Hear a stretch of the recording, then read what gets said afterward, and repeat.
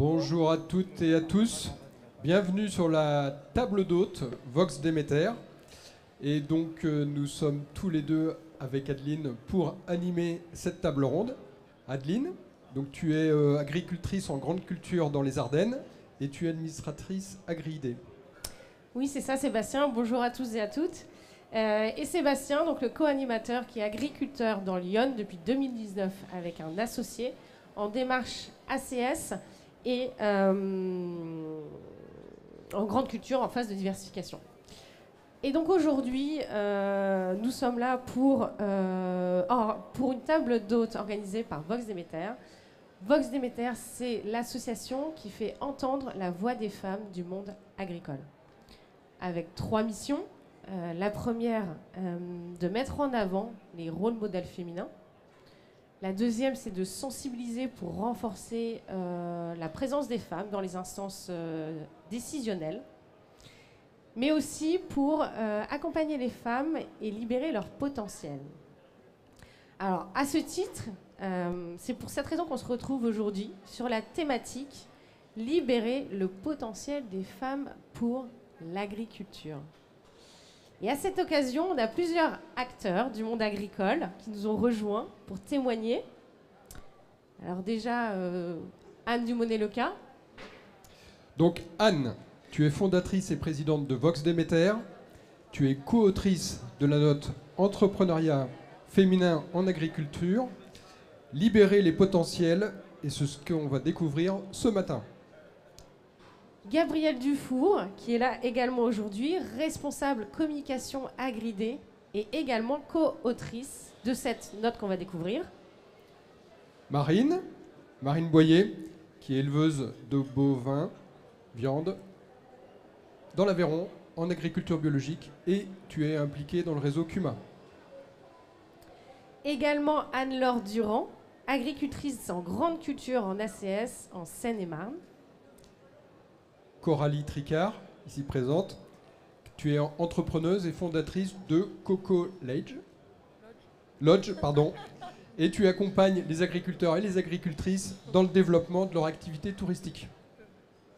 Stéphane Aurousseau, agriculteur dans la Nièvre, membre du bureau de la FNSEA et responsable de la commission statut et conflits, président d'IFOCAP et vice-président d'Agri-Demain. Et enfin, Basile Faucheux, tu es agriculteur dans le Loiret, ancien président des JA, et tu es président d'Agri-Demain. Et on te remercie de nous recevoir sur ce plateau. Voilà, donc pour commencer, on va aborder le sujet en parlant de cette note, de cette nouvelle note qui s'intitule « Entrepreneuriat féminin dans l'agriculture, libérer les potentiels ». Donc elle a été coécrite par Anne et Gabrielle, on l'a compris.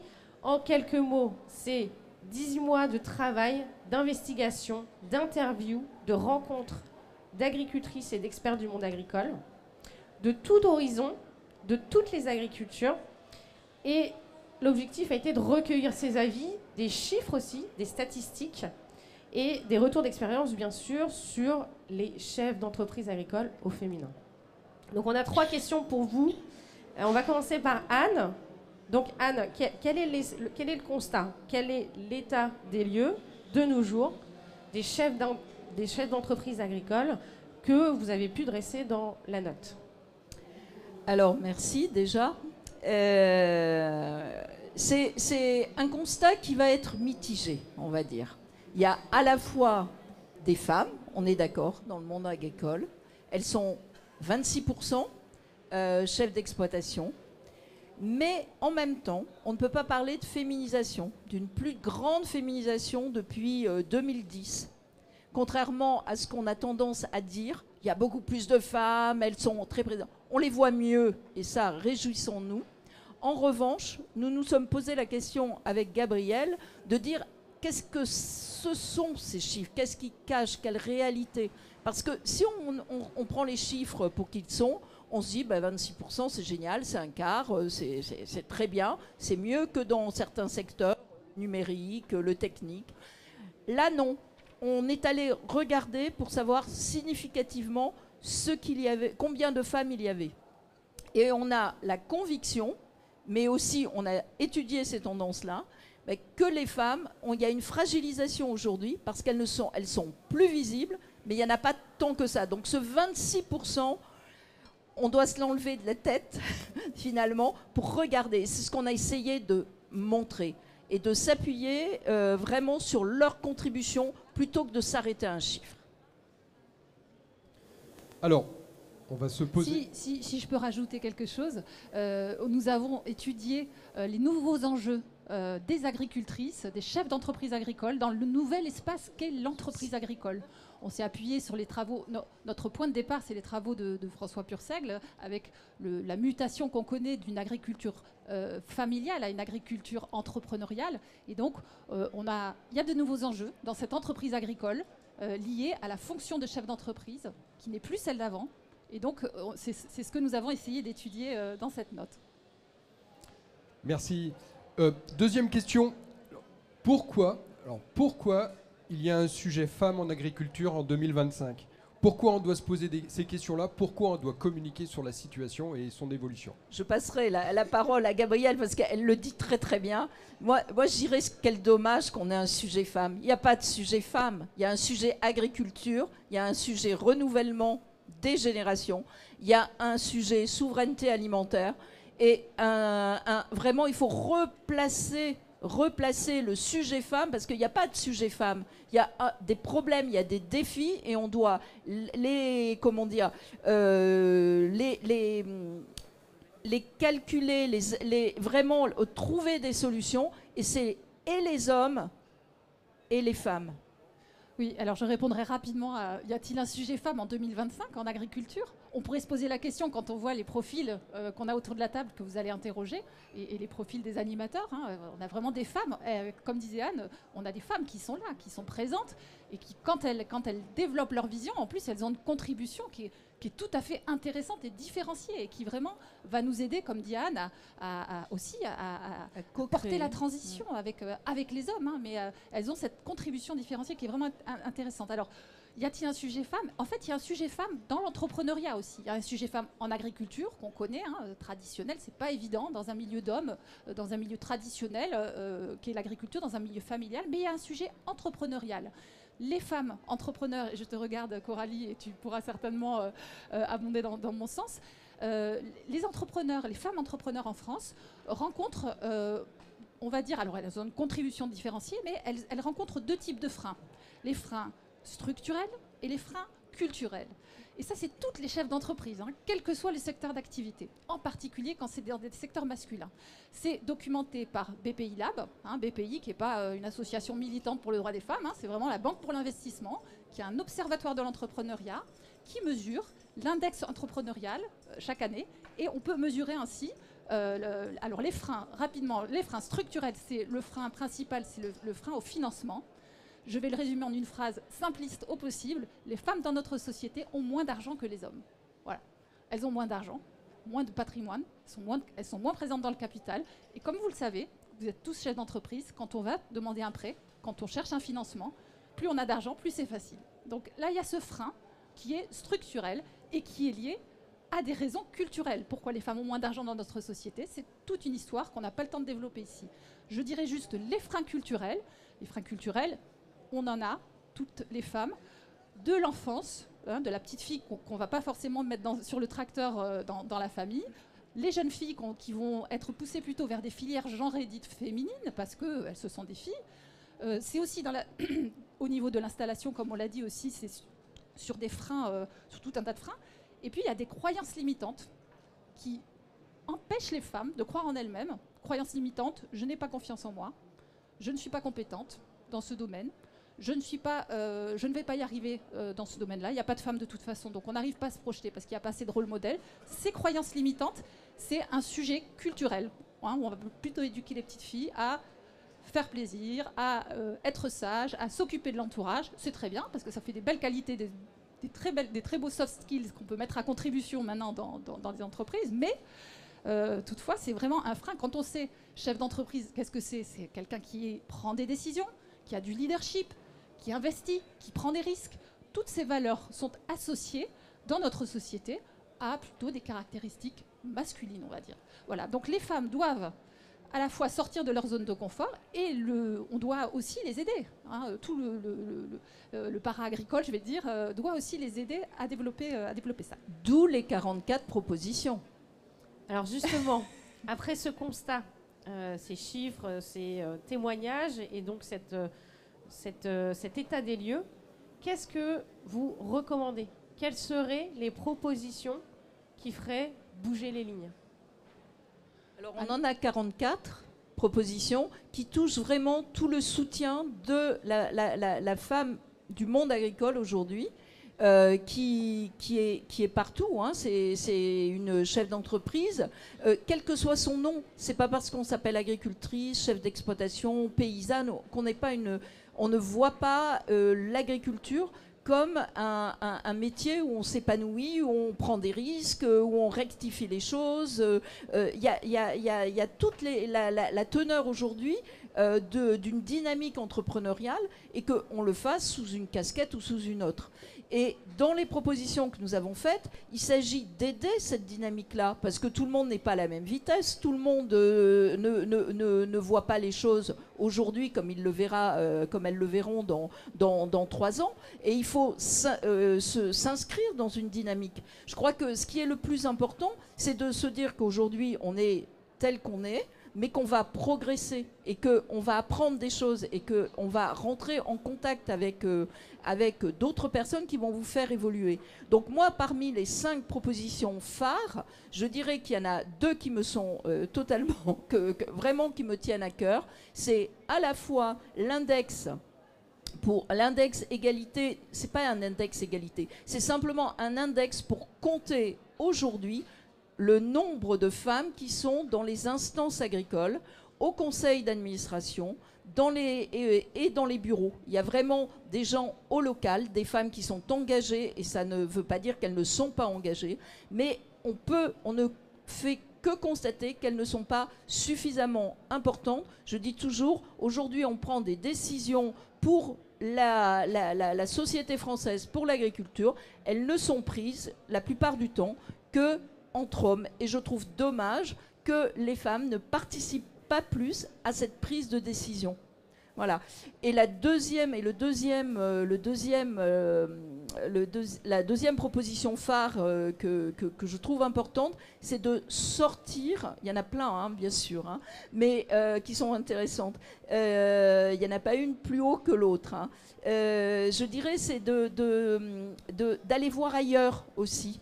Il y a beaucoup de jeunes agricultrices qui partent à l'étranger. C'est la bourse Nufil, par exemple. Il y a beaucoup d'agricultrices qui travaillent dans d'autres secteurs avant de revenir à l'agriculture. Ça mature, ça apprend des choses et ça vous déploie aussi votre potentiel. Et je trouve qu'il y a aussi les réseaux. Pas les réseaux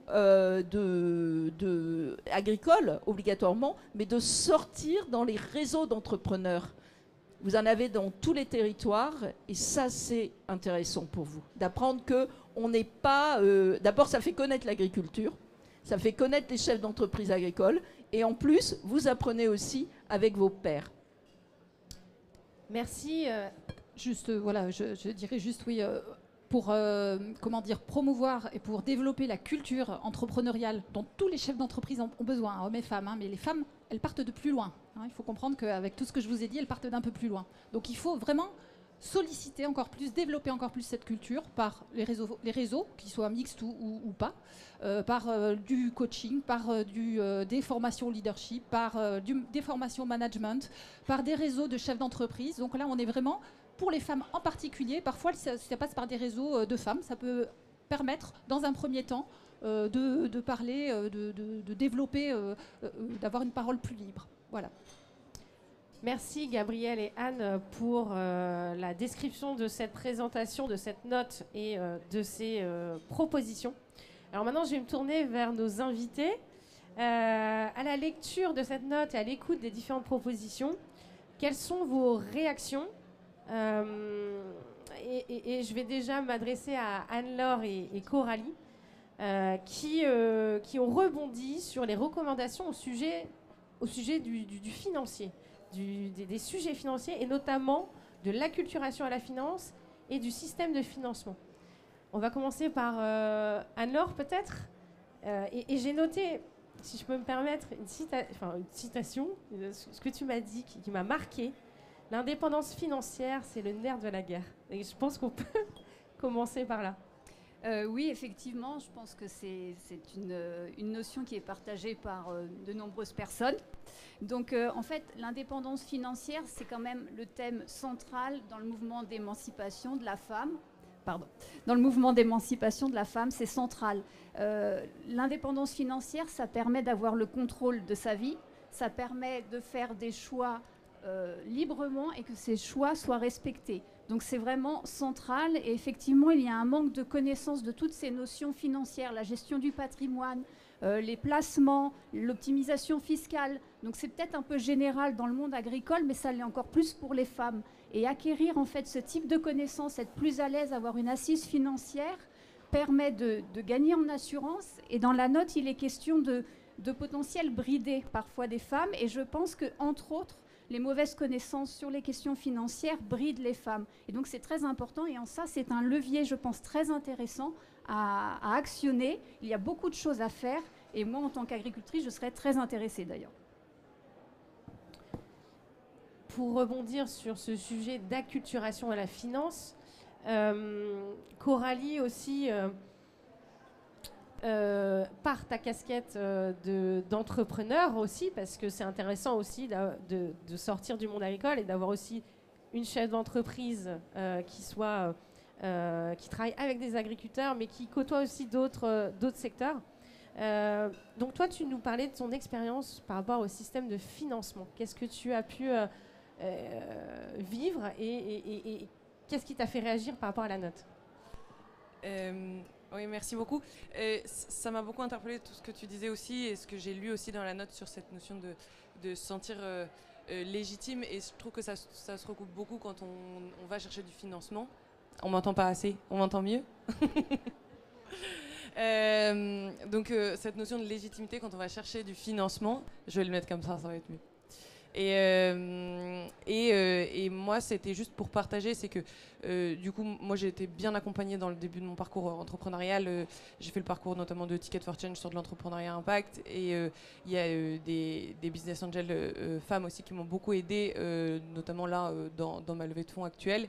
Et il y en a une qui m'a dit aussi, je lui disais, bon bah voilà, j'ai besoin de temps, en fait je vais juste chercher le temps. Elle m'a dit, mais n'aie pas peur de l'ambition que tu veux montrer, alors que moi en fait elle est dans ma tête, mais finalement je veux pas forcément la mettre sur le papier en disant, bah non en fait s'il y a besoin de temps, bah on a besoin de temps et on va pas chercher plus, on va pas aller montrer, j'aime bien montrer que être assez les pieds dans la terre, ancré et dire, bah voilà, on va pas être dans des trucs stratosphériques, c'est pas le but du jeu, même si l'ambition finale, elle est de se dire j'ai envie d'aller accompagner 100 agriculteurs d'ici 2028, j'ai envie de faire ça, enfin voilà, avec des objectifs très carrés, mais de se dire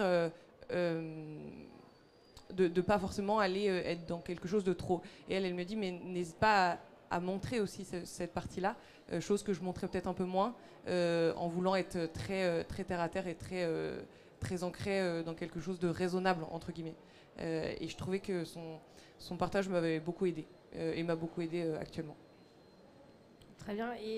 Et justement, quels peuvent être les leviers qui accompagnent cette acculturation à la finance? Est-ce que par exemple, s'appuyer, et je crois que tu le fais, s'appuyer sur des réseaux professionnels féminins, aller voir aussi les problématiques d'autres chefs d'entreprise, est-ce que c'est des solutions pour toi qui te paraissent cohérentes? Oui, je pense qu'il ne faut pas rester seul face à ces sujets-là. Et c'est surtout,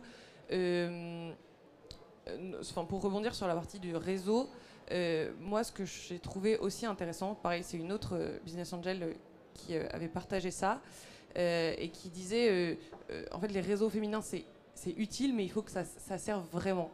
Et pour que ça serve vraiment dans le financement, c'est de dire on fait un réseau, si on fait un nouveau réseau féminin, parce qu'il y en existe déjà beaucoup, ou alors si on utilise ceux déjà existants, comment est-ce qu'on les transforme pour pour parler business, en fait, pour faire vraiment, pour créer des partenariats, pour créer de l'activité, pour faire développer notre activité, tout en étant très convivial, dans un bon moment, dans un bon endroit.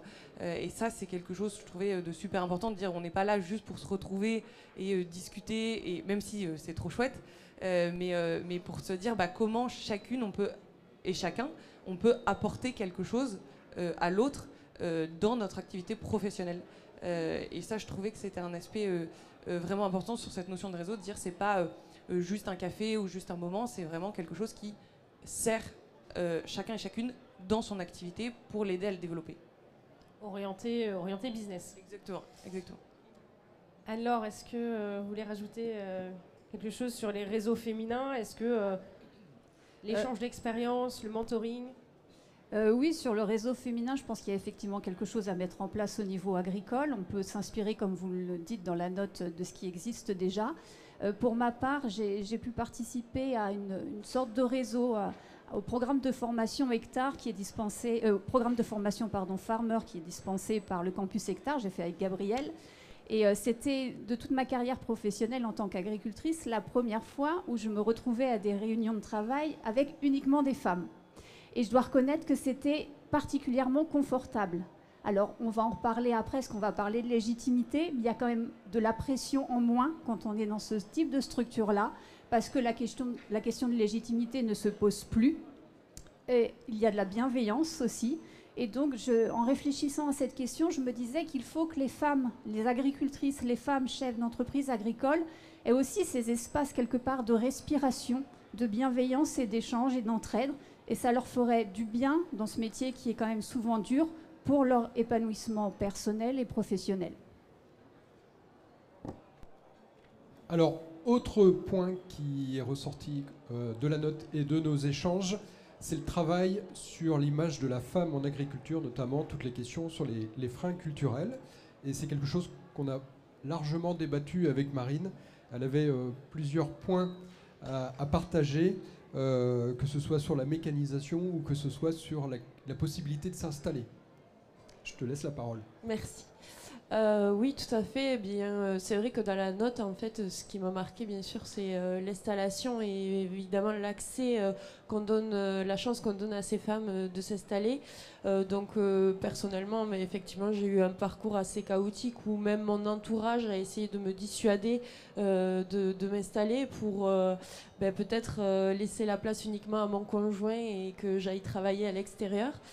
Force est de constater que j'ai tenu ma décision de m'installer. Et puis, j'ai rencontré aussi des freins au niveau du voisinage qui, pour accéder aux terres que je convoitais, a mis en avant le fait que j'étais une femme. Et finalement, tout ça, je l'ai déconstruit en m'investissant finalement pour les CUMA, coopérative d'utilisation de matériel agricole. En fait, le fait d'intégrer ma CUMA locale m'a permis de m'intégrer dans mon territoire. Et ça a été finalement l'endroit le plus bienveillant parce que j'ai pu montrer ma légitimité, et c'est dommage qu'on en soit arrivé là, mais voilà. Et puis finalement, ce qui m'a marqué aussi dans la note, c'est que on dit souvent que les femmes sont investies dans le collectif. Dans les CUMA, ce n'est pas encore trop le cas. Donc c'est cet aspect mécanisation, je pense, qui est un petit peu le frein de l'investissement féminin. Et c'est bien dommage parce que le prétexte, évidemment, des CUMA, c'est la machine, mais ça va au-delà de la machine. On est sur le lien social, l'intégration à un territoire. On est sur le savoir-être, le savoir-faire, l'échange de pratiques avec ses pairs. Et donc, je trouve qu'il n'y a pas mieux comme intégration. Là où souvent, dans le machinisme, on voit beaucoup moins de femmes, alors que finalement, conduire un tracteur en 2025, comme le disait Sébastien, c'est pas si compliqué. C'est même plutôt facile avec tous les boutons. Alors, il y a juste l'attelage. Il faudra revoir les concessionnaires pour l'attelage, mais sinon, il n'y a pas plus facile que de conduire un tracteur. Mais là encore, il y a peut-être des biais à travailler pour les femmes qui disent qu'elles ne sont pas capables, comme expliquait Gabriel tout à l'heure. Je pense qu'il y a toute une éducation à faire, mais c'est pas peine perdue, je pense. Tu disais aujourd'hui, il n'y a plus de sujet quand tu vas chez le concessionnaire avec une machine pour la faire réparer ou entretenir. Les gens te considèrent indifféremment que tu sois une femme ou que ce soit un homme. Par contre, quand tu vas plus loin... Oui, c'est ça. Localement, en fait, donc la concession avec laquelle je travaille, ma concession de proximité, donc elle, il y a pas de sujet. J'arrive à l'atelier, j'amène mon tracteur, je dételle, ils me connaissent, on explique les pannes, ils me parlent mécanique. Il n'y a pas Marine est une femme, donc on lui explique pas. Pour eux, c'est très logique. Ils me voient souvent. Mais c'est vrai que j'ai eu des expériences où un peu plus loin, dès que je fais quelques kilomètres pour aller chercher une pièce que je n'ai pas dans ma concession habituelle, là de suite ça surprend. J'ai eu même une mauvaise expérience un peu plus jeune où lorsque je m'étais installée, en fait, je suis arrivée à la concession et un homme m'a doublé dans la file d'attente et m'a dit et a dit au magasinier, cette personne n'a rien à faire là et encore moins habillée dans cette tenue. Donc ça a été quelque chose d'assez violent au départ. Puis après, voilà, finalement, quand on s'intègre, en fait, quand on va chercher plus loin, non, tout se passe bien. N'ayons pas peur de la mécanisation. N'ayons pas peur de la mécanisation. Alors un autre point qui est revenu, c'est la représentativité dans les instances de décision. Donc je regarde Stéphane et puis Anne-Laure, ce sera nos deux intervenants sur ce sujet. Stéphane, 25% de femmes en agriculture et beaucoup moins selon les cas dans les organisations, même si certaines, sous la contrainte réglementaire, comme les chambres d'agriculture, sont à 30%, enfin 33%. Les coopératives, beaucoup d'organisations économiques ont fait des efforts aussi. Mais là où ça repose sur la bonne volonté, sur le volontariat sans contrainte particulière, c'est difficile, ça ne va pas vite. Les freins sont relativement identifiés, c'est-à-dire que d'abord pour accéder à des postes, on dit souvent que le pouvoir se prend, il ne se donne pas, quoi. Et qu'il y a la question d'avoir des femmes qui aient aussi cette envie d'entreprendre dans l'action collective et qui parce que c'est pas facile pour les hommes non plus, c'est-à-dire que pour accéder à des responsabilités, quand on a un homme, il faut jouer les coudes un peu. Les postes ne sont pas donnés comme ça non plus, et que les femmes sont moins, ont moins ce goût de se battre pour accéder à une responsabilité, de jouer les coudes, d'écarter les autres. Et puis ensuite, malgré tout, je pense que si on veut, à un moment donné, faire mouvement sur ce sujet, il faut donner des responsabilités. Il ne faut pas seulement attendre que les gens les prennent et que ça suppose que pour des femmes accèdent à des postes, à des responsabilités, on leur laisse des places. Et c'est pour ça que moi, dans les responsabilités qui sont les miennes, je pousse pour l'idée, alors on n'appelle pas ça des quotas, mais on appelle ça des places réservées. Enfin, à un moment donné, notamment à la FNSEA, nous n'avons pas une représentativité féminine à la hauteur de ce qu'est le métier aujourd'hui.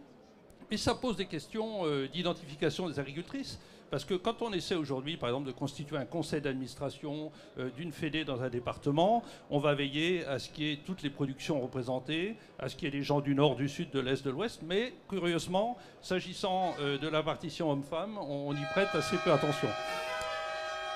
Donc il faut accepter aussi, à un moment donné, de laisser des places, d'avoir des places réservées. Dans les statuts, c'est ce qu'on essaie de proposer.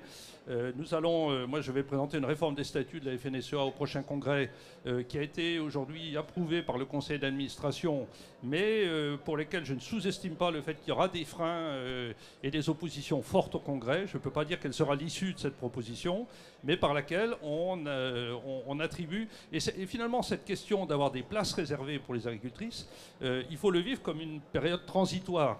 C'est-à-dire qu'il y a un cap à passer qui est qu'à un moment donné, il faut que des hommes laissent leur place au profit des femmes. Mais quand cette répartition sera acquise, après les choses, je pense qu'on pourra revenir sur ces choses-là parce qu'à un moment donné, les choses s'entretiendront certainement plus naturellement. Mais aujourd'hui, on est très en retard sur cette question-là et si on ne force pas le mouvement, si on laisse faire naturellement, alors je vous le dis comme ça, mais nous avions déjà, alors mes prédécesseurs avaient déjà proposé une réforme statutaire sur le sujet en 2019, au congrès de Nancy, qui a été rejeté par le congrès, et avec cette argumentation de dire, mais ok, on entend le message, ce besoin de représentativité, et on va le faire naturellement. C'est-à-dire qu'on ne veut pas le faire sous la contrainte, c'est pas notre culture, c'est pas nos valeurs, mais on prend l'engagement de le faire naturellement. Et bilan des courses, 5 ans après, quand on regarde, ça n'a pas évolué, rien ne s'est passé, ce qui nous amène aujourd'hui à ramener une proposition qui soit un peu contraignante, et nous l'avons annoncé les années précédentes, pour essayer de faire évoluer les choses sur ce point-là, quoi. Alors je dirais qu'en plus, on a des arguments, parce qu'en matière de formation, moi j'ai lu avec attention la note, et je partage à peu près tout ce qui est dit, pas tout à fait tout, mais à peu près, notamment par rapport à la question de l'accès au financement, mais on pourrait y revenir. J'ai vu que, en particulier, et ça, je n'avais pas d'éléments pour l'objectiver, mais que, en plus, les femmes ont un niveau de formation plutôt supérieur aux hommes. Donc la question de la compétence qu'on nous impose parfois en disant finalement il faut accéder aux responsabilités par la compétence. D'abord, en creux, ça reviendrait à dire que si on n'en a pas aujourd'hui, c'est qu'elles sont moins compétentes, ce qui est quand même pas très respectueux et un peu indigne comme argument. Mais elles sortent de formation avec des niveaux de formation plutôt supérieurs. Et aujourd'hui, moi, je préside également l'IFOCAP, qui est un institut de formation des cadres paysans, donc qui forme les responsables agricoles. Nous avons cette année un stage, ce qu'on appelle notre stage Oméga, dans lequel Basile est stagiaire cette année, qui est en majorité féminine, c'est-à-dire que sur 9 stagiaires, on a 7 femmes et 2 hommes. Et donc c'est bien signe que les femmes aussi se donnent les moyens en matière d'acquisition de compétences, de formation, de préparation, à exercer des responsabilités. Encore faut-il leur laisser la place. Parfait. Ah, mais avant, Anne-Laure, quel écho à ce qu'a dit Stéphane? Du coup, ça me donne envie de dire beaucoup de choses. Déjà, j'ai regardé avant de venir le conseil d'administration de ma coopérative en Seine-et-Marne. 27 administrateurs et 3 femmes, donc c'est 11%, on est dans les chiffres de la note. Au bureau, 0 femmes.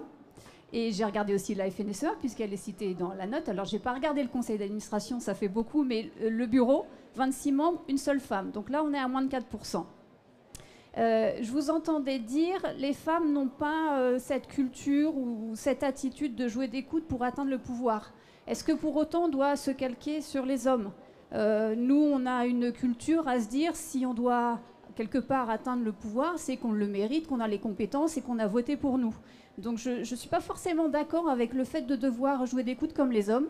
Je pense qu'on doit être intégré justement parce qu'on est compétente et qu'il y a un gros travail à faire à ce niveau-là pour que les hommes intègrent que les femmes sont compétentes et sont leur égales professionnelles, mais on en reparlera après.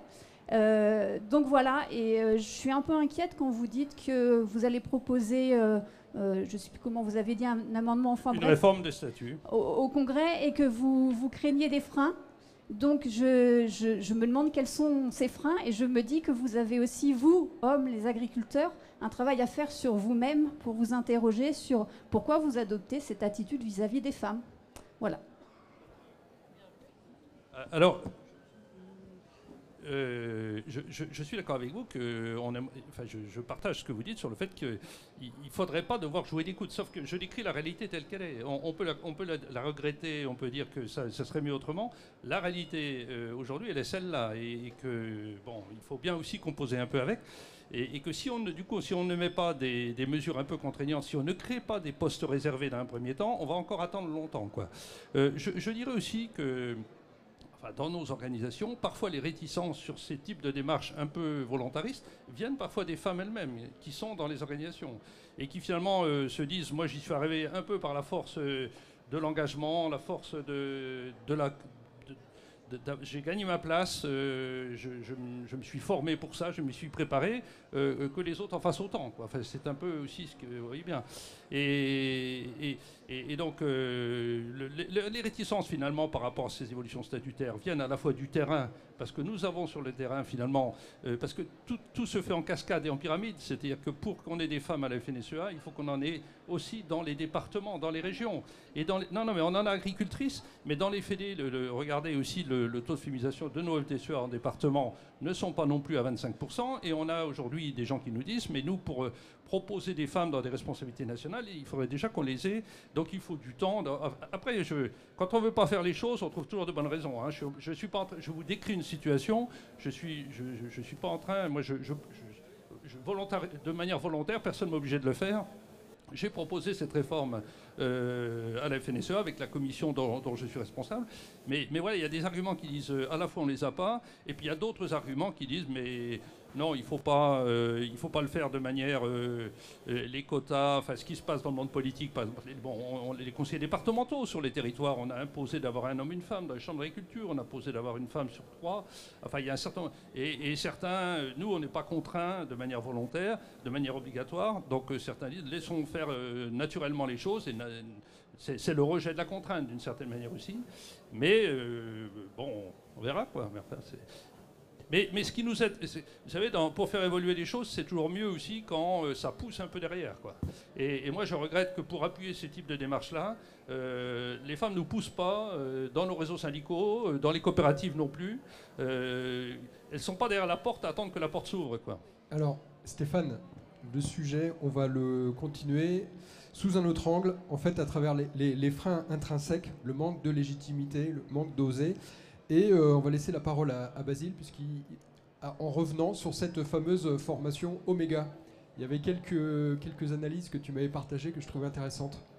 Oui, c'est marrant, parce que quand on en a parlé au téléphone, tu m'as dit que je passerais derrière Stéphane, et du coup, ça m'a fait vraiment penser à une formation sur du temps long d'une trentaine de jours pour travailler le leadership en agriculture. Et effectivement, dans cette formation, on est 12 personnes dans cette promo. Il y a 9 femmes, ce qui est assez impressionnant, et c'est la formation la plus féminisée qu'il y a eu à l'IFOCAP depuis qu'elle a été créée, et dans la formation Oméga. Hein. Et moi, ça m'a quand même beaucoup interpellé au départ et au fur et à mesure de nos discussions, parce que du coup, on est quand même dans un cosmos très féminin. Pour le coup, moi, pour une fois, je suis en minorité, ça me fait plaisir de le vivre. Et j'ai vu effectivement que j'avais des femmes très compétentes qui avaient effectivement plus de diplômes que la plupart des hommes qui étaient présents, et qui avaient ce problème de légitimité, de prise de parole. Et voilà, moi je ne l'avais pas franchement intégré pour être tout à fait honnête. Et je trouvais ça dommage parce qu'elles avaient beaucoup de choses à dire. Et une a dit, parce que je sors du réseau JA, moi, où j'étais vice-président national, et une a dit, mais c'est impressionnant quand on est en réunion, les conneries qu'un jeune peut dire avec un aplomb. Mais elle dit, moi, ça me déstructure complètement parce que quand je prends la parole, j'étaye tous mes arguments. Je suis arrivé là parce que je connais le sujet, et quelqu'un d'autre arrive avec une grosse boulette et la balance comme ça. Et ça l'a vraiment choqué. Alors moi, j'ai vécu, je me suis formé de boulette en boulette. Hein. Je me suis totalement reconnu dans la personne qu'elle citait. Et donc voilà, donc c'est des formes d'apprentissage complètement différents. Et ce que j'ai aussi retenu, c'est que pour aller chercher un homme dans un conseil d'administration, on va le chercher, on lui dit viens, il y aura quelque chose à faire. Et puis ça vient. Pour aller chercher une femme, de ce que j'en ai compris, faut aller la chercher avec un message clair, avec quelque chose de très précis à faire, quelle place elle va avoir, quel rôle elle va avoir à jouer, et qu'est-ce qu'elle va pouvoir en tirer aussi. Donc on le fait avec les hommes dans les conseils d'administration, mais une fois formés. Et plutôt, de ce que j'en ressors, c'est qu'avec une femme, il faut lui expliquer avant. Donc il faut... mais je ne sais pas si c'est la rassurer, mais c'est vraiment qu'elle se sente légitime du poste qu'elle va avoir à prendre. Que c'est la compétence qu'on vient chercher, oui. Ce qu'il y a de primordial, c'est de la rassurer qu'on vient chercher ses compétences, pas pour faire un quota, pas parce qu'il y a une place de libre et qu'on s'est dit tout d'un coup « Ah, on voudrait bien une femme, ça serait bien, ça serait tendance ». Non, elles sont compétentes, et aujourd'hui on ne peut pas se permettre, dans une agriculture qui bouge, de ne pas avoir des compétences, qu'elles soient féminines et masculines. C'est pas un monde qui remplace un autre, comme je dis toujours, c'est absolument pas ça, mais c'est au contraire une co-construction, et c'est ça qui est important. Donc je trouve génial, moi, cette formation, quand tu dis, moi ça me touche énormément, que tu dises, je me suis rendu compte qu'elles étaient vachement capées, en fait, elles avaient fait plein de choses, et finalement, elles se sentaient pas très légitimes. Et ça, on a des freins en tant que femmes avec ça. Et c'est des freins psychologiques qu'on se met nous-mêmes. c'est nos croyances limitantes et puis c'est quelquefois les portes qui se ferment. Hein. Si on ne vous parle pas dans un conseil d'administration, ben c'est dur quand vous arrivez que, comme on m'a dit la semaine dernière, une administratrice m'a dit, j'arrive en retard très souvent. Elle me dit, c'est terrible de rentrer la première fois dans un conseil d'administration où il n'y a que des hommes et je suis toute seule, j'arrive et là je ne sais plus où me mettre et je ne parle plus. Et pendant des... Alors c'est une bavarde, hein. Comme moi, je vais vous redonner le micro, mais elle se sentait très très mal et pour gagner sa légitimité, ça a été compliqué. Voilà, c'est des freins qu'on partage. Et c'est aussi, juste pour rebondir, pas cantonner dans nos conseils d'administration les places de femmes à la communication, au lien social et au secrétariat. Voilà. Gabriel. Un tout petit mot, parce qu'on ne l'a pas évoqué. Il y a des entreprises du CAC 40 ont mis en place des quotas il y a 12 ans. Donc on a du recul sur les résultats de ces entreprises qui ont mis en place des quotas, qui ont une mixité maintenant dans les conseils d'administration. Il y a une corrélation entre la mixité dans les conseils d'administration et les résultats économiques de l'entreprise. Donc ça, c'est une première corrélation qui est mesurée. Hein. Et puis la seconde, c'est la résilience des entreprises est plus forte. Elle est aussi corrélée à la mixité dans les conseils d'administration. Il ne s'agit pas seulement de la mixité homme-femme, mais c'est aussi la mixité jeune, moins jeune. En fait, c'est la diversité qui approche. C'est pas que les femmes sont plus intelligentes que les hommes, c'est juste qu'on a besoin de diversité, on a besoin d'intelligence collective. Et vraiment, pour tous les enjeux qui attendent l'agriculture de demain, on a vraiment besoin de toutes les intelligences et de toute la diversité des idées. Waouh. Bonjour, pardon, enchantée. Bonjour. J'ai été parachutée là parce qu'on m'a trouvée dans une allée apparemment. Mais je comprends, je suis Céline Santos-Sunès, je suis DG d'un groupement professionnel agricole. Je suis élue, je suis vice-présidente d'une ONG et en fait moi je ne me pose pas toutes ces questions-là. Et du coup, par conséquent, je suis maintenant conférencière pour accompagner les femmes particulièrement intégrées à des COMEX d'entreprises du CAC 40 pour qu'elles arrêtent de se poser les questions. En fait, pour que la sémantique rassurée n'ait même plus lieu d'être. Et en fait, pourquoi on parlerait du plafond de verre? Pourquoi on se demande est-ce qu'on va me croire? Est-ce que je suis crédible? Est-ce que je suis légitime? Pourquoi on est venu me chercher? Voilà, on essaie d'accompagner, de coacher toutes ces femmes-là pour que cette question n'existe plus. Et je vais... alors, monsieur, vous avez dit plein de choses qui m'ont interpellée, mais comme je n'étais pas invitée, je vais me taire. Pour autant, la Chambre d'agriculture, la FNAB et autres, aujourd'hui, ont créé des pépinières, donc destinées à 100% de femmes, pour faire exactement la même chose que ce qu'on est en train de se dire là, les coacher pour rendre complètement désuets tous ces sujets. Ça marche. Les groupes sont... La Chambre de mémoire avait fait un groupe de 25, à la FNAB, ils ont fait un groupe pareil, entre 20 et 25. C'est pas facile. C'est le premier atelier est assez traumatisant pour les femmes. Il y a une libération de la parole, il y a des retours d'expérience qui sont assez violents, pour ne pas dire dramatiques. Et puis finalement, plus les ateliers passent et plus on arrive à les émanciper, même si le terme, je me déteste de le dire, mais c'est quand même une réalité. Merci. Alors, on va maintenant passer à la deuxième partie de notre présentation. Excusez-moi, est-ce que je peux juste rajouter quelque chose sur la légitimité? Parce que je vais enfoncer le clou, mais je pense que c'est vraiment très très important. Malgré tout, ça reste un sujet et c'est dommage, mais ça ruisselle négativement sur tout le reste, en fait, tout ce qu'on évoque.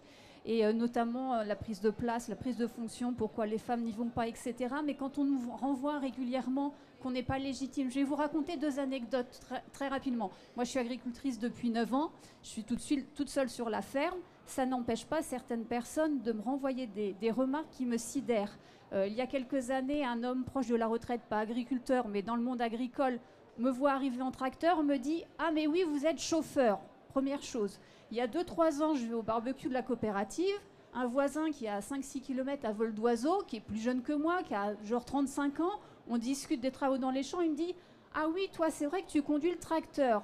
Et alors je me dis, vous dites dans la note que, je l'ai noté justement, se nommer constitue la première marche d'une reconnaissance. Mais nous nommer, vous les hommes, est vraiment très important. Pourquoi il y a un vrai problème à dire vous êtes agricultrice? Moi j'ai l'impression que chez certains, alors certains le disent ouvertement, d'autres n'en pensent pas moins, mais il y a un déni de nos compétences techniques. Et j'aimerais vraiment qu'on arrête avec ça parce que ça nous empoisonne la vie, ça nous bride notre potentiel.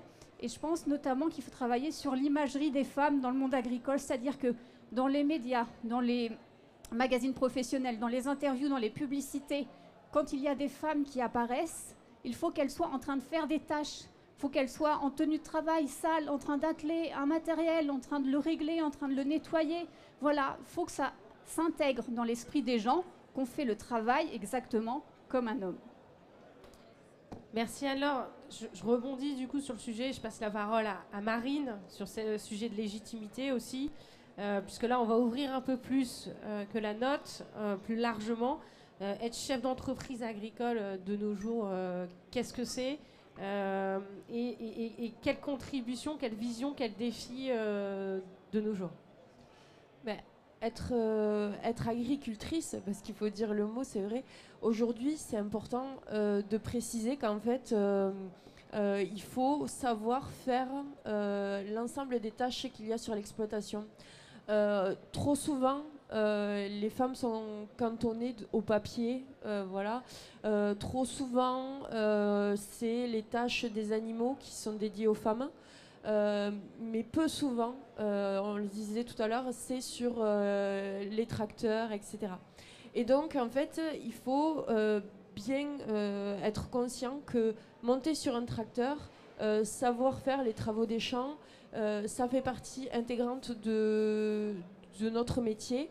Et en fait, si on veut en maîtriser toutes les tâches, si on veut être indépendante complètement dans notre métier, c'est important de maîtriser vraiment toutes les tâches qui sont nécessaires à l'alimentation du troupeau, à la récolte, etc. Et en fait, ne dépendre de personne. Ça, pour moi, j'en fais vraiment, un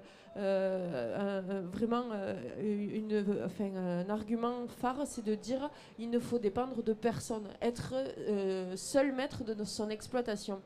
Quand on est deux, comme moi, je suis installée avec mon conjoint, les tâches ne doivent pas rester cantonné à une personne. C'est-à-dire que nous, on est dans un modèle où, en fait, il se peut que j'aille faucher, puis lui qu'il aille récolter plus tard. Et puis l'année d'après, ça peut être lui qui est parti faucher. On n'est pas dans ce schéma-là où chacun a sa tâche bien dédiée, parce que c'est ça l'agriculture aussi, c'est de la polyvalence. Et en fait, il faut l'accepter et se sentir légitime de l'apprendre, cette polyvalence. Et ce sujet de force physique, alors peut-être Basile aussi peut réagir sur le sujet, mais la force physique en agriculture. En fait, après, c'est les installations que l'on choisit. Je sais que, par exemple, j'ai fait le choix de ne porter aucun seau, mais je donne de l'aliment à mes animaux, parce qu'en fait, j'ai automatisé la chaîne d'alimentation pour ne porter aucun seau. Mais en fait... Trouver des alternatives. Voilà, trouver des alternatives, mais finalement qui ne servent pas qu'à moi. Elles vont servir aussi à mon compagnon, parce que on n'a pas envie à 50 ans de plus d'avoir mal aux épaules, de marcher tout courbé. Donc en fait, c'est pas seulement s'adapter au fait que je sois une femme sur l'exploitation, c'est vraiment rendre le travail plus facile. Et je pense qu'à nos jours, il y a plein de technologies qui font qu'on force moins. Après, je reviens sur l'attelage, s'il y a des constructeurs pas loin, c'est vraiment encore un gros souci. Mais pour les hommes aussi, c'est très très compliqué d'atteler des outils de plus en plus. Oui, non, on avait juste discuté. J'avais eu, je t'avais dit par téléphone, nous quand c'est dur on force. Une femme, quand c'est dur, elle réfléchit, et c'est peut-être la différence, quoi. Donc voilà, c'était un des points, c'était pour la boutade, mais effectivement, moi, aujourd'hui, il y a des choses qui sont aussi très dures pour moi. J'ai déjà des problèmes de dos, j'ai déjà des problèmes de genoux, et c'est pas parce que j'ai trop forcé, donc voilà, il faut aussi que je mette des choses, des techniques en place. Et on a quand même du matériel. Alors oui, il reste quelques exceptions, mais on a quand même des choses de plus en plus mécanisées, mécanisables, facilement motorisables, électrifiables. Donc le métier se simplifie physiquement quand même, et faut en avoir. Faut le savoir. C'est pas. Aujourd'hui, une maison, pour monter des parpaings, faut monter des parpaings. Nous, on a des capacités à faire des choses où on peut mécaniser un peu plus, et donc voilà. Mais je pense pas aujourd'hui. Moi, dans le métier que je vis aujourd'hui, je pense qu'une femme peut prendre largement le même travail que moi et peut faire exactement la même chose. Voilà. À partir du moment où il faut soulever plus de 25 kilos, c'est déjà une bêtise, quoi. Donc, faut trouver une solution pour pas le faire. De temps en temps, oui, on est obligé, mais c'est une bêtise. Stéphane me disait exactement la même chose. On a tous les mêmes problèmes par rapport à la force physique. Oui, mais certainement que les réticences de départ, les idées reçues qu'il peut y avoir sur l'installation des agricultrices partent de là aussi. Moi, j'ai autour de moi des agriculteurs de mon âge dont la fille aimerait s'installer et dont les parents la dissuadent. Alors il y a du dit et du non dit, mais cette question notamment en production bovine, enfin bovin-viande, où à un moment donné il y a à contenir, à manipuler des gros animaux. Sur mon exploitation, moi je travaille avec ma belle-fille, nous sommes en GAC à 3 avec mon fils et ma belle-fille, ils ont tous les deux 29 ans, et on fait de la vente directe. Et Karine, qui est ma belle-fille, s'occupe, elle s'est installée sur ce projet de transformation vente directe. Et bien pour décharger une carcasse du camion, on va à l'abattoir récupérer des carcasses de porc, coupées en deux quand même. Les personnels de l'abattoir le chargent dans le camion, mais pour le décharger, elle ne peut pas le faire, quoi. Alors certainement que si elle était toute seule, il y a toujours l'alternative d'aller chercher mon fils ou moi pour le faire. Mais bon, peut-être que toute seule, il y aurait d'autres solutions, trouver des palans. Enfin, je pense que techniquement, on peut toujours trouver, mais ça reste. Parfois, il faut réfléchir quand même. Comment l'homme a cette facilité jusqu'à un certain point, parce qu'il arrive à un âge aussi où c'est plus vrai. Mais quand on est jeune, on compense par la force physique, alors qu'une agricultrice va plutôt faire en sorte, notamment pour atteler le matériel, que la béquille soit en bon état de fonctionnement et que le matériel ne soit pas posé sur deux parpaings, ou que le cardan soit bien graissé en permanence, alors que l'homme se dit, bon, de toute façon, je vais toujours bien y arriver, quoi. Je donne un coup de marteau dessus, puis ça va y aller. Donc il faut l'anticiper, il faut y penser, et bon nombre de réticences des agriculteurs à installer leurs filles peut venir de là aussi, en disant, de toute façon, elle ne pourra pas le faire. Quand je vois comme moi je peine pour le faire, elle n'y arrivera pas, quoi. Enfin, voilà, c'est... Mais finalement, ce qu'on entend, c'est que les femmes, elles apportent aussi autre chose. Coralie, justement, vous évoquiez la place des femmes dans la diversification, notamment par votre expérience avec Coco Lodge. Complètement. Ce qui est intéressant, c'est de se dire la diversification, c'est quand même c'est une partie intégrante maintenant des activités agricoles. Et pour moi, ça doit en faire partie. L'agritourisme en fait partie, autant que la vente en direct, que la transformation. Et moi, ce que j'ai constaté, alors je veux surtout pas faire de généralisation et de dire les femmes et pas les hommes, etc. J'ai autant d'agriculteurs que d'agricultrices qui sont intéressés par ces activités. Et donc, il y a quand même cette ouverture là-dessus. Donc, je veux pas faire de généralisation. En revanche, c'est vrai que nous, on a une partie de formation qui sont financées par Vivea au démarrage pour regarder les faisabilités des projets en agritourisme.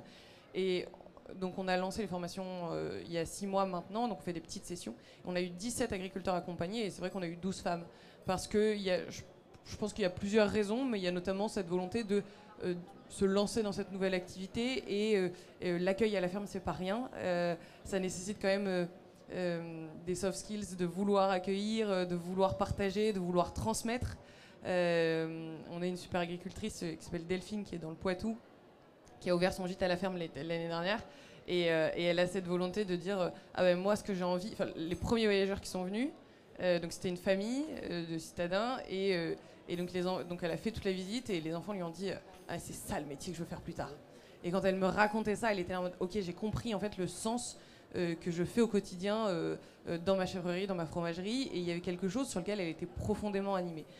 Donc moi, ça recoupe vraiment sur cette partie d'agritourisme et de transmission aussi du partage de savoir-faire, et je pense que c'est quelque chose qui est vachement recherché aujourd'hui, énormément recherché aussi chez les femmes aussi, qui arrivent et qui s'installent avec cette volonté de transmettre. Merci Coralie. Alors, ce que j'ai apprécié, c'est qu'à certains moments, on n'avait plus besoin d'intervenir, vous repreniez la parole, mais le temps court et il faut qu'on conclue. Donc pour conclure dans un temps court, on fait la conclusion en partie tous les deux. Ce qu'on a retenu, c'est qu'on reprend ce que les personnes ont dit. Stéphane, Basile, Marine, il y a un sujet qui a été évoqué à un moment donné, là et dans la préparation, c'est que tout se joue sur le local. Il faut constituer ce vivier. Quand on parle des collectifs, quand on parle de la représentation des femmes, il faut qu'on... Stéphane l'a redit encore, il faut qu'on ait ce vivier local, il faut que les femmes prennent leur place. Ça, c'est un premier point. Un deuxième point, le business, la compétence entrepreneuriat, elle repose sur la création de réseaux de femmes. Tu l'as dit, Anne-Laure, où on se sent bien, où on va pouvoir s'exprimer, on va pouvoir se former et se conforter entre nous pour ensuite être plus forte pour pour aller à l'extérieur. Ce qui ressort aussi, c'est la place des femmes pour la résilience, pour les transitions, avec de la diversification. Et ce que disait aussi Stéphane, c'était cet équilibre vie pro, vie privée, qui est plus souvent pris en compte par les femmes d'abord que par les hommes. Et Ouais. je rajouterais juste ce que j'entends, c'est être chef d'entreprise agricole au féminin de nos jours, c'est concilier la performance économique, rentabilité, on a une structure à faire tourner, donc il faut que ça marche, mais en même temps aussi respecter une forme d'équilibre vie professionnelle personnelle et aussi une résilience environnementale. Et dans la note, on le dit, c'est capitaine humaniste aussi dans ces sujets-là, c'est-à-dire l'environnement est aussi à prendre en compte. Et en fait, c'est l'ensemble qui fait des capitaines d'entreprises agricoles. On finit, on finit ? On finit. On vous redonne la parole, les filles. 2-3 messages à marteler. À marteler. Vous avez 5 minutes. Ah ben ça va, j'ai pas besoin, je peux reprendre mes notes, non. Moi j'ai adoré cette conversation, ce dialogue, ce ping-pong aussi. Je crois qu'on est tous d'accord en fait. Et on y va par des chemins différents, mais on est tous d'accord qu'aujourd'hui on doit tous se mobiliser pour une agriculture positive et gagnante. Et pour une société, en fait, parce que l'agriculture, c'est les territoires. Les territoires, c'est la vie. Et l'agriculture, elle est liée à ces territoires. Donc, si on veut gagner, je pense qu'on a tous à y gagner, d'être ensemble. Donc, il faut qu'on arrête peut-être d'être un peu dans les silos. C'est pas femme contre homme, c'est pas homme contre femme. Non. On est tous ensemble et on a tous des compétences et des expertises à faire valoir pour construire justement l'agriculture, je dirais 4.0 ou 5.0, je ne sais plus où on en est.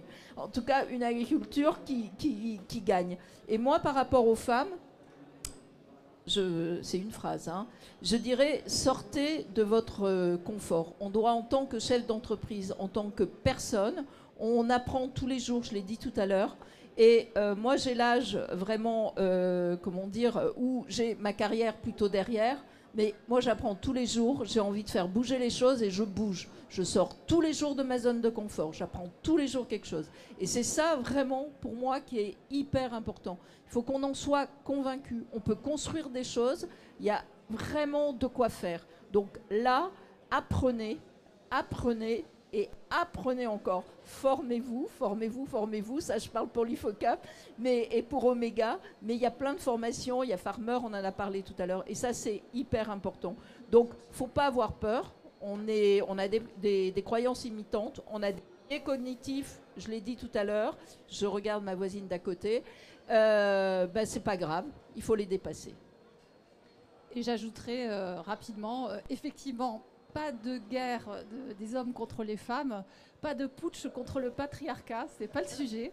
Le sujet, c'est vraiment s'il y a une guerre à faire, oui, il y a une guerre à faire contre une posture qui est il n'y a pas de sujet. Parce que s'il n'y a pas de sujet, on ne va pas chercher de solution. On ne va pas faire progresser le monde agricole et l'ensemble de la société. Donc, cette note que nous avons partagée avec 44 propositions pour l'ensemble du monde agricole, pour les femmes, pour les hommes, pour les structures, pour les institutionnels, pour les lycées agricoles, pour les étudiants. Donc, il y en a pour tout le monde. C'est dire, on travaille ensemble à libérer les potentiels, mais pas seulement des femmes. Parce que quand on libère les potentiels des femmes, on permet aussi aux hommes de libérer certains potentiels qu'ils ne s'autorisaient pas à libérer avant. Il y a des hommes qui sont très bons en communication, il y a des hommes qui sont très bons dans le care, dans le prendre soin, voilà. Donc voilà, c'est vraiment un voyage qu'on a à faire tous ensemble.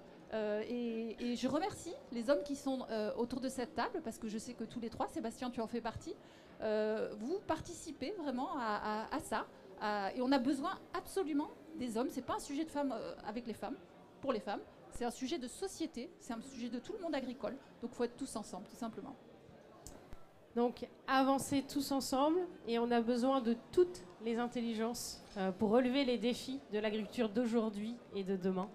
Donc merci beaucoup pour ce beau moment collectif. Merci à tous. On vous souhaite une bonne lecture, voilà, sur la note qu'on a découverte tous ensemble. Et puis, on vous souhaite un bon salon. Qu'est-ce que tu en penses, Sébastien? Bon salon à tous. Merci.